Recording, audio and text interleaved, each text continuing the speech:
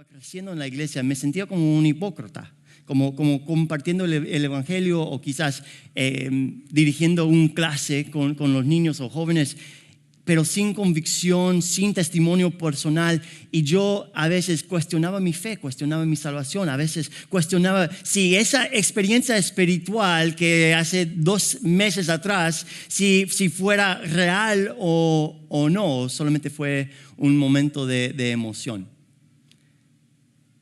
Entonces, ¿cuál era mi solución? Es como un borracho que levanta en el siguiente día, que tiene un dolor de cabeza. La solución es otra cerveza. Entonces, la solución mía era, necesitaba otra experiencia espiritual intenso, ¿no? Necesitaba un otro campamento cristiano, necesitaba otra conferencia, otra noche de adoración, otro momento donde sintiera la presencia de Dios, donde me pusiera la piel de gallina, donde me sintiera confrontado y animado y al lado de cientos de otros cristianos, hermanos y hermanas en la fe, teniendo un momento hermoso con nuestro Dios. Y para ser honesto, eso es hermoso.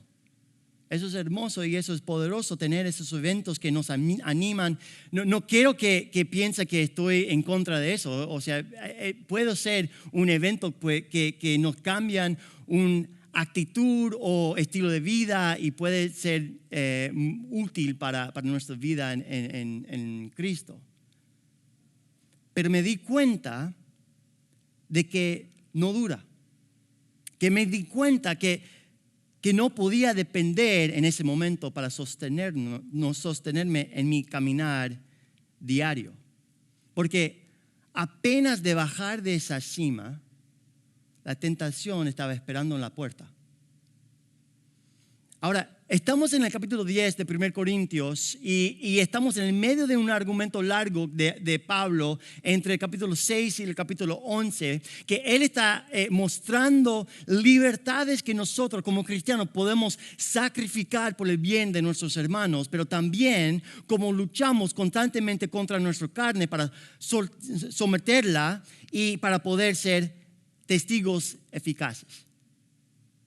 Y el versículo justo antes del capítulo 10 dice esto. Entonces, si vas a 1 Corintios 9, 27, dice esto. Sino que golpeo mi cuerpo y lo hago mi esclavo, no sea que habiendo predicado a otros, yo mismo sea descalificado. Entonces, entrando al siguiente capítulo, con ese en mente, dice: porque no quiero que ignoran, hermanos, que todos nuestros padres estuvieron bajo la nube y todos pasaron por el mar. Tú ves que como esto está conectado con el capítulo 9, que él está diciendo, golpeo mi cuerpo es mi esclavo, que no quiero que después de predicar a otros, yo mismo sea descalificado, porque no quiero que ustedes ignoren que nuestros hermanos, nuestros padres también, todos estuvieron abajo de la nube, bautizados por el mar, que comieron ese bebida espiritual, comida espiritual, y aún así cayeron. Eso significa que todo lo que vamos a ver en este pasaje, en el capítulo 10, está relacionado con la idea de disciplinar nuestro cuerpo, someterlo, por causa del evangelio, de una manera de que glorifique a Dios, que sea consistente con las verdades espirituales que profesamos como cristianos. Entonces vamos a entrar a esos versículos de nuevo, 1 hasta el 5 en el capítulo 10, dice esto. Porque no quiero que ignoren, hermanos, que todos nuestros padres estuvieron bajo la nube y todos pasaron por el mar.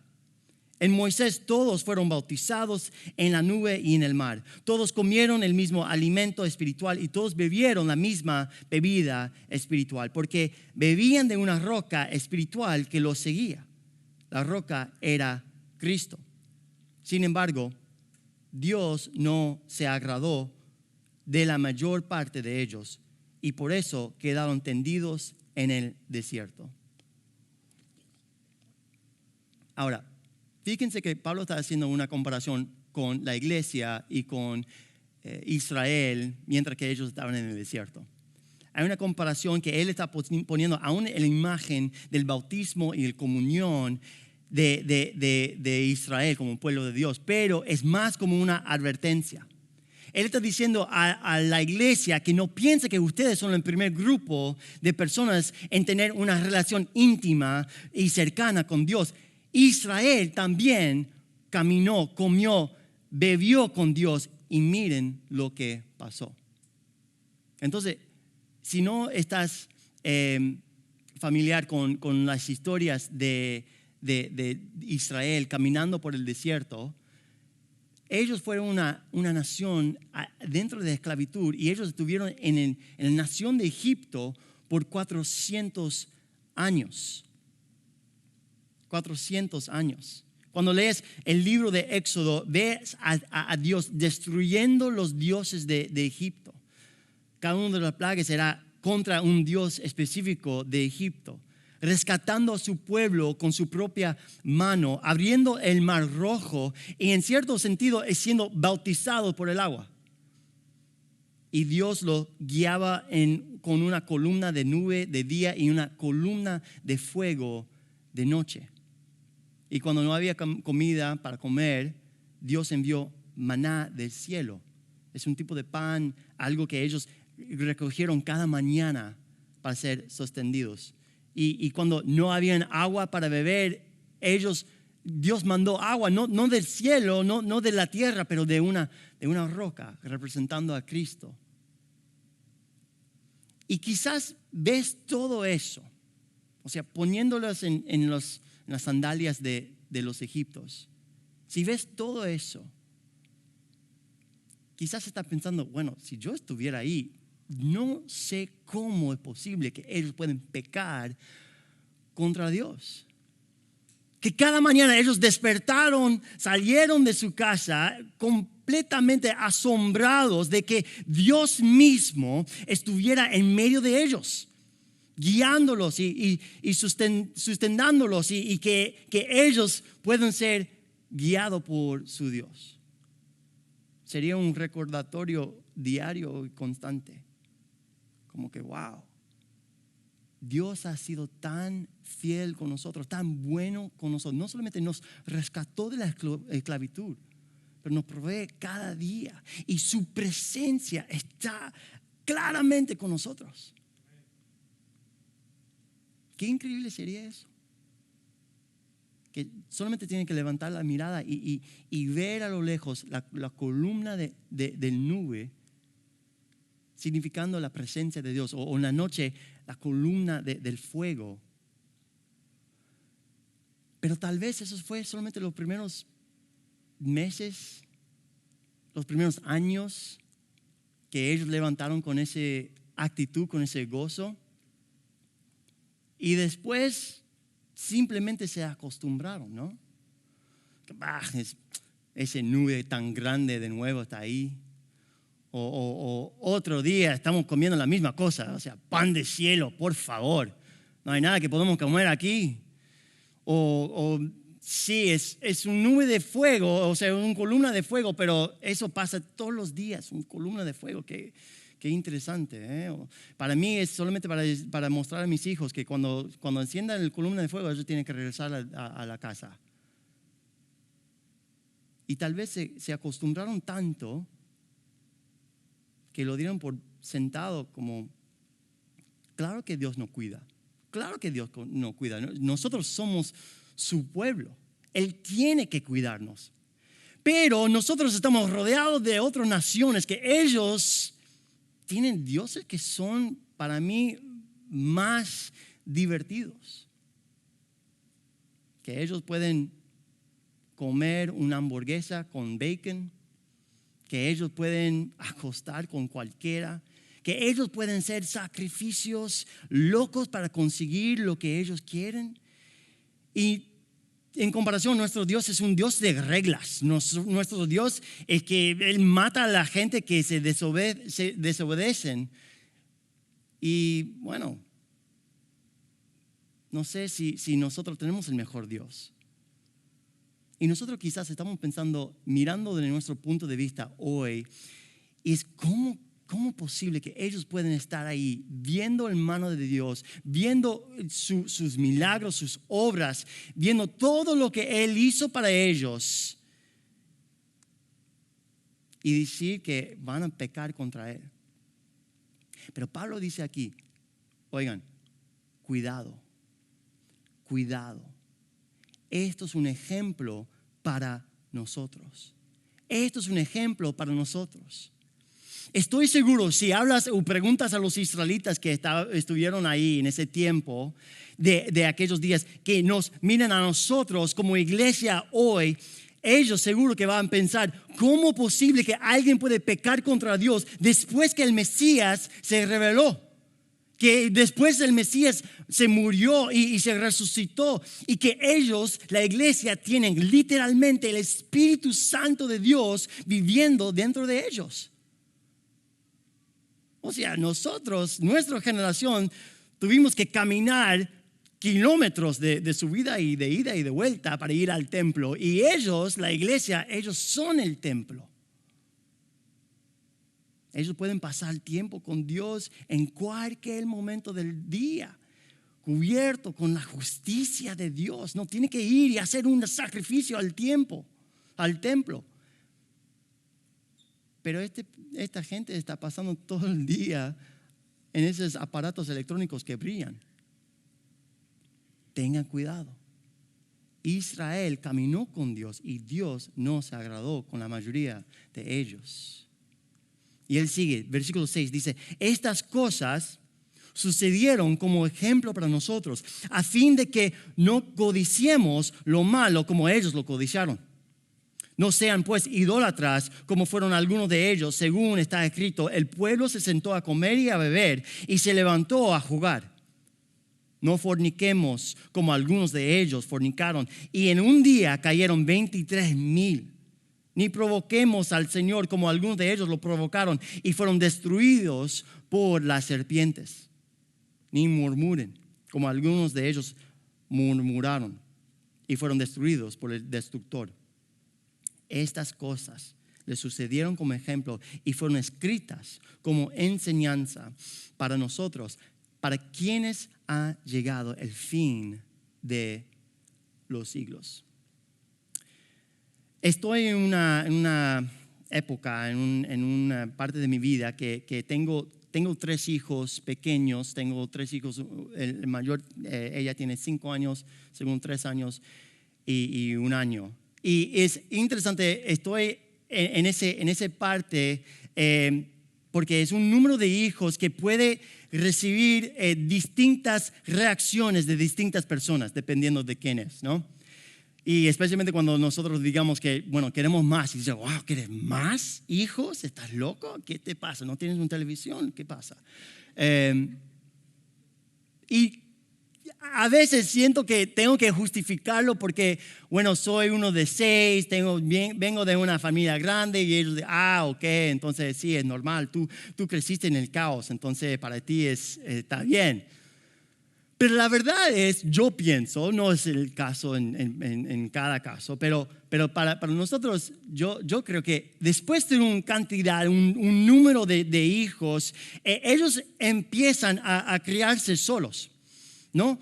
Porque se aprenden de los primeros. El primer hijo es el guinea pig. Él o ella recibe el peor de todo, pero lo demás aprenden muy rápido. Cuando el primer hijo desobedece, a ellos le caen una paliza, y el segundo hijo le piensa 2 veces y el tercero 3 veces, ¿no? Da cuenta que papá estaba en serio. Yo recuerdo cuando yo era muy chiquito, cuando todos nosotros estaba en problemas, todos nosotros desobedecemos a algo en mi casa.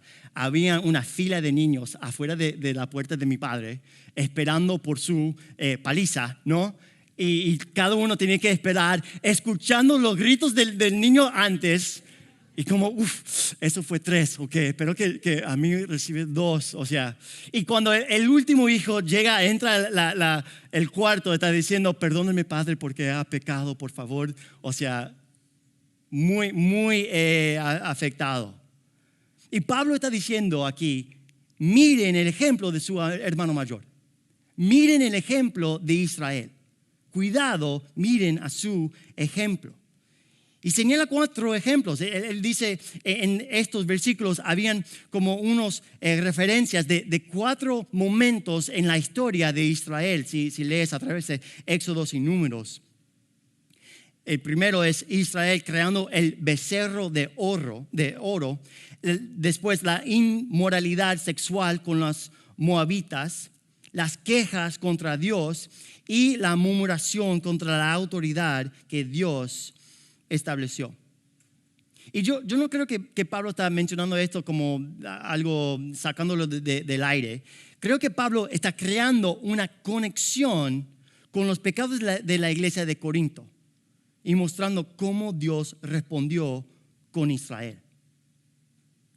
Pablo muestra el ejemplo de Israel apartándose inmediatamente de seguir a Dios y cuando ellos están frente de esa montaña y Moisés se subió para recibir los mandamientos de Dios, pasó 30 días, un mes más o menos, y ellos inmediatamente creó su propio Dios, creó su becerro de oro.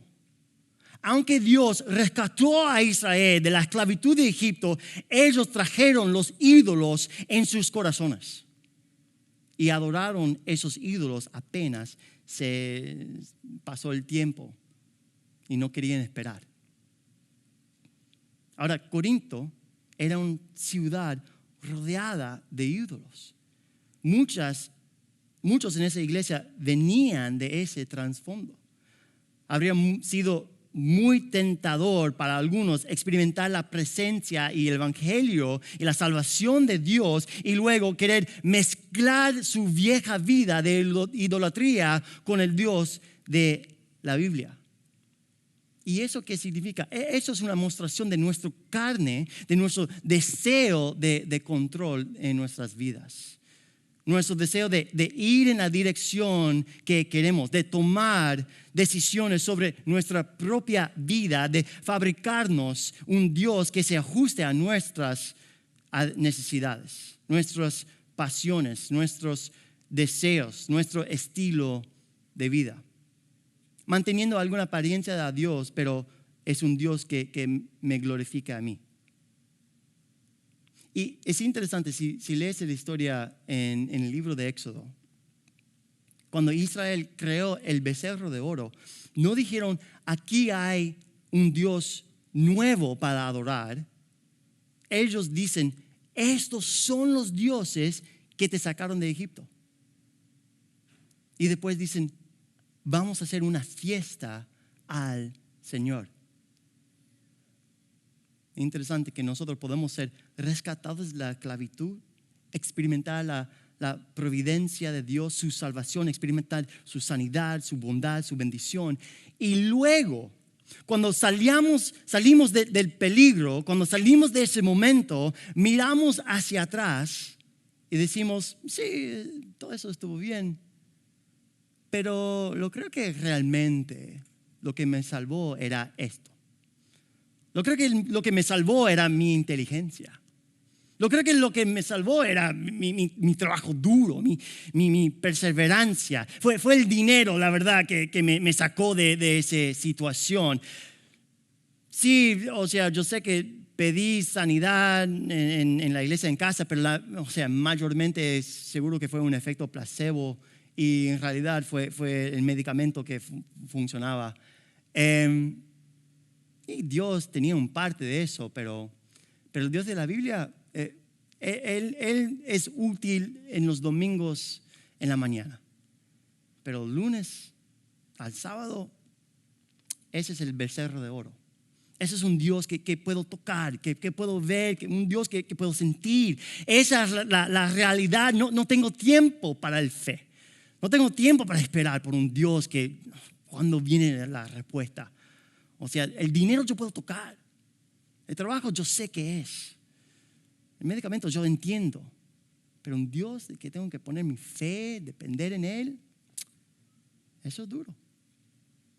Y después de trabajar tan duro por un becerro de oro, los ídolos que nosotros ponemos en nuestras vidas, trabajar todos los días y no tener tiempo para descansar y pensar en Dios. Después nosotros pensamos, bueno, yo merezco para disfrutar un poquito de la vida, ¿no? Merezco satisfacer mis deseos. Y Corinto era una ciudad que tenía un montón de templos con prostitutas dispuestos a servir sus necesidades. Así como Israel cayó en la inmoralidad sexual y abandonó a su Dios para adorar otros dioses por causa de sus deseos sexuales. Y ojo, eso no es algo que solamente queda en la Biblia. La gente abandona la fe todo el tiempo por causa de una relación, ¿no? Sí, yo sé, mi novio no es cristiano, pero él está dispuesto de acompañarme en la iglesia. Eso es lo que él me dijo. Hoy no, obviamente, porque él trabajó muy duro anoche, entonces no viene hoy. Pero vamos a ver el live stream el próximo semana juntos. Pero el live stream no tenía audio por 2 semanas, entonces ya perdimos la serie. Entonces, sí, yo sé que pasó 6 meses y no íbamos a la iglesia. La verdad, pastor, no vamos a hacer solamente iglesia en casa solo, no con ustedes como iglesia en casa, es en mi casa, no voy a la iglesia, chao. Eso pasa todo el tiempo, Y si ves la historia de los moabitas, es muy interesante. Israel estaba acampado a las afueras del reino de Moab. Y el rey tiene tanto temor, el rey Balac, que contrata a Balaam. Y Balaam era una profeta, algo muy interesante, que tenía una relación con Dios. Pero él contrata a Balaam para maldecir a Israel. Entonces, esto es la historia, si lo conoces, es cuando el burro de Balaam habla. O sea, hay historias en la Biblia que son muy interesantes. Pero Dios le dice a Balaam que no vas a maldecir a Israel, sino vas a hacer unas bendiciones. Entonces el rey le dice, ya deja de bendecirlos, yo te contraté para maldijeras. Entonces ya se acaba la historia ahí. Pero si vas al libro de Apocalipsis, en el capítulo 2, ves que nos dice que Balaam terminó dándole un consejo al rey Balac de no invocar maldiciones del cielo, sino atentar a Israel a pecar contra Dios, cediendo a su carne y a sus deseos, y eso terminó llevándolos a adorar a otros dioses, y 24,000 israelitas se murió. El ataque del enemigo no es comparar tu Dios con su Dios para ver cuál es el más fuerte, cuál es el más grande, eso es obvio. El ataque del enemigo es descubrir lo que tu carne desea y decirte, venga, o sea, prueba un poquito. No es nada. Es una persona muy lindo, es un hábito que está bien, es una adicción, no te hace nada. Y muy pronto estás arrodillado ante otro Dios. Y luego Pablo menciona estos serpientes venenosas, que Israel está en el desierto y ellos empiezan de ver su pasado en Egipto, su pasado de esclavitud con lentes color de rosa, diciendo en Egipto fue mucho mejor. En Egipto nosotros teníamos carne y peces y un montón de cosas y verduras, y nosotros tenemos maná, tenemos pan del cielo. Qué aburrido. Y aunque están siendo sustentados y provistos día tras día, ellos quieren más. Son ingratos y insatisfechos. Porque miran al mundo y dicen, ¿por qué ellos tienen eso y nosotros no tenemos eso? Y ese es el cristiano, no sé si ustedes conocen o quizás, no estoy pensando en nadie aquí, pero no sé si ha escuchado el testimonio de un cristiano que dice, bueno, antes de ser salvo, me pasaba todos los fines de semana en las fiestas y haciendo dinero y carros exóticos y las mujeres así en fila y yo andaba con celebridades y era muy cool. Y después luego Jesús entró en mi vida y ahora manejo un minivan y está bien. Es como, wow, ok. No sé, pero creo que extrañas tu vida pasada. O sea, para mí es como el hijo pródigo, volviendo a la casa del padre y después desear esa vida de nuevo. No te conviertes al hijo pródigo que mira hacia atrás y extraño esos días. La verdad, para nosotros deberíamos ser más bien, recuerda el día en que llegaste a la casa de tu padre, cubierto en suciedad, cubierto de harapos, y que los brazos del Padre estaban abiertos para ti. Y que Él te cubrió con su justicia. No olvides de ese día. Nuestra memoria corta nos lleva a las quejas, pero si recordáramos constantemente la cruz y cuánto merecemos su ira y cuánto Él nos ama, todas nuestras quejas se convertirán en alabanza. Finalmente dice esto en versículo 12, por tanto, el que cree que está firme, tenga cuidado, no sea que caiga. No les ha sobrevenido ninguna tentación que no sea común a los hombres. Fiel es Dios, que no permitirá que ustedes sean tentados más allá de lo que pueden soportar, sino que con la tentación proveerá también la vía de escape, a fin de que puedan resistirla. Ahora, si estás tomando notas mental, la idea principal de este mensaje es: tu posición no equivale a una vida piadosa, sino que una dependencia humilde en la fidelidad de Dios.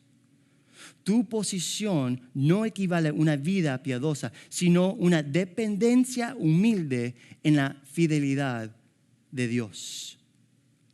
Solo porque te llamas cristiano no significa que estás siguiendo a Cristo. Israel era el pueblo escogido de Dios y aún así una generación eterna fue destruida en el desierto. Y Pablo aquí está diciendo, presten atención, miren su ejemplo. Ellos tenían sacramentos, caminaron con Dios, experimentaron su salvación, su presencia, y aún así fueron desviados por sus propios deseos y su carne. Y todo lo que Israel apuntaba, un sacrificio que lavará sus pecados, una reconciliación total con Dios, un reino permanente, las cosas que ellos deseaban como pueblo de Dios. Estas cosas fueron escritas como enseñanza para nosotros, para quienes ha llegado el fin de los siglos. El fin de los siglos. Que vemos en Cristo que consumado es. La respuesta ha llegado en Jesucristo. Él ha sido fiel a través de las generaciones, señalándose a sí mismo como el camino, como la verdad y como la vida. Todo lo que Israel esperaba, nosotros tenemos en Cristo. Y esto no es algo nuevo con la iglesia o en esta época.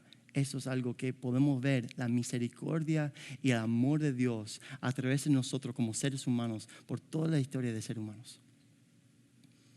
Cuando Eva fue tentada por la serpiente en el huerto, Dios dijo que enviaría a uno que va a aplastar la cabeza del serpiente. Y después en ese ejemplo que Israel fue castigado con serpientes, Dios le dijo a Moisés que hiciera una serpiente de bronce y la levantará sobre un asta. Y los que la miraran serían salvos. Y luego vemos en Jesús que Jesús tomó nuestro pecado y lo levantó en la cruz, para que todo aquel que en Él cree sea salvo. Él es fiel. Él es fiel. Entonces nosotros tenemos que depender humildemente en su fidelidad. No dejes que tu orgullo o tu arrogancia o cuántos años llevas siendo cristianos sea aquello sobre lo que te paras. Quédate humildemente al pie de la cruz. Necesitamos su presencia, necesitamos su palabra, su dirección, su misericordia cada día. Porque Él es nuestro pan de vida. Amén. Vamos a orar, vamos a terminar nuestro tiempo juntos hoy.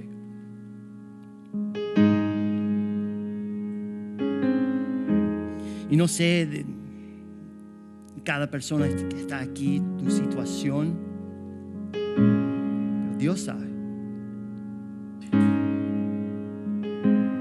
Y quizás hoy te sientes muy lejos de las promesas de Dios. Quizás hoy te sientes que yo estoy en esa posición del hijo pródigo ahí en el lodo todavía.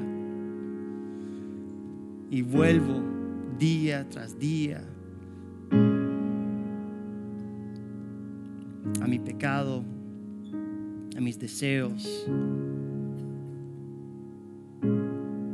No puedo controlar mi carne. Quiero decirte que los brazos del Padre están abiertos día tras día, que Él es fiel y que nosotros podemos confiar en el sacrificio de Jesús que Él hizo en esa cruz.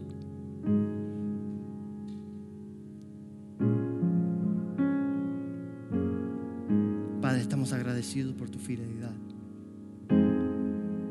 Que no hay nada aquí que podemos jactarnos excepto en el nombre de Jesús. Tú eres la esperanza de las edades. Tú eres el cumplimiento de todas las promesas que vemos en la Biblia. Y tú eres la satisfacción que nuestra alma desea. Oramos, Espíritu Santo, que tú puedes mostrar la vanidad de las cosas en este mundo. Que tú puedes mostrar a nosotros que no hay otro nombre más grande, más alto que el nombre de Jesús. Y como pueblo podemos ver el ejemplo de nuestro hermano mayor. Quedar humildes abajo de la sombra de la cruz, sabiendo que no hay nada que podemos hacer para ganar tu amor, tu gracia. Tú lo hiciste todo y solamente necesitamos someternos ante ti. Gracias, Señor. En tu nombre, Jesús, oramos.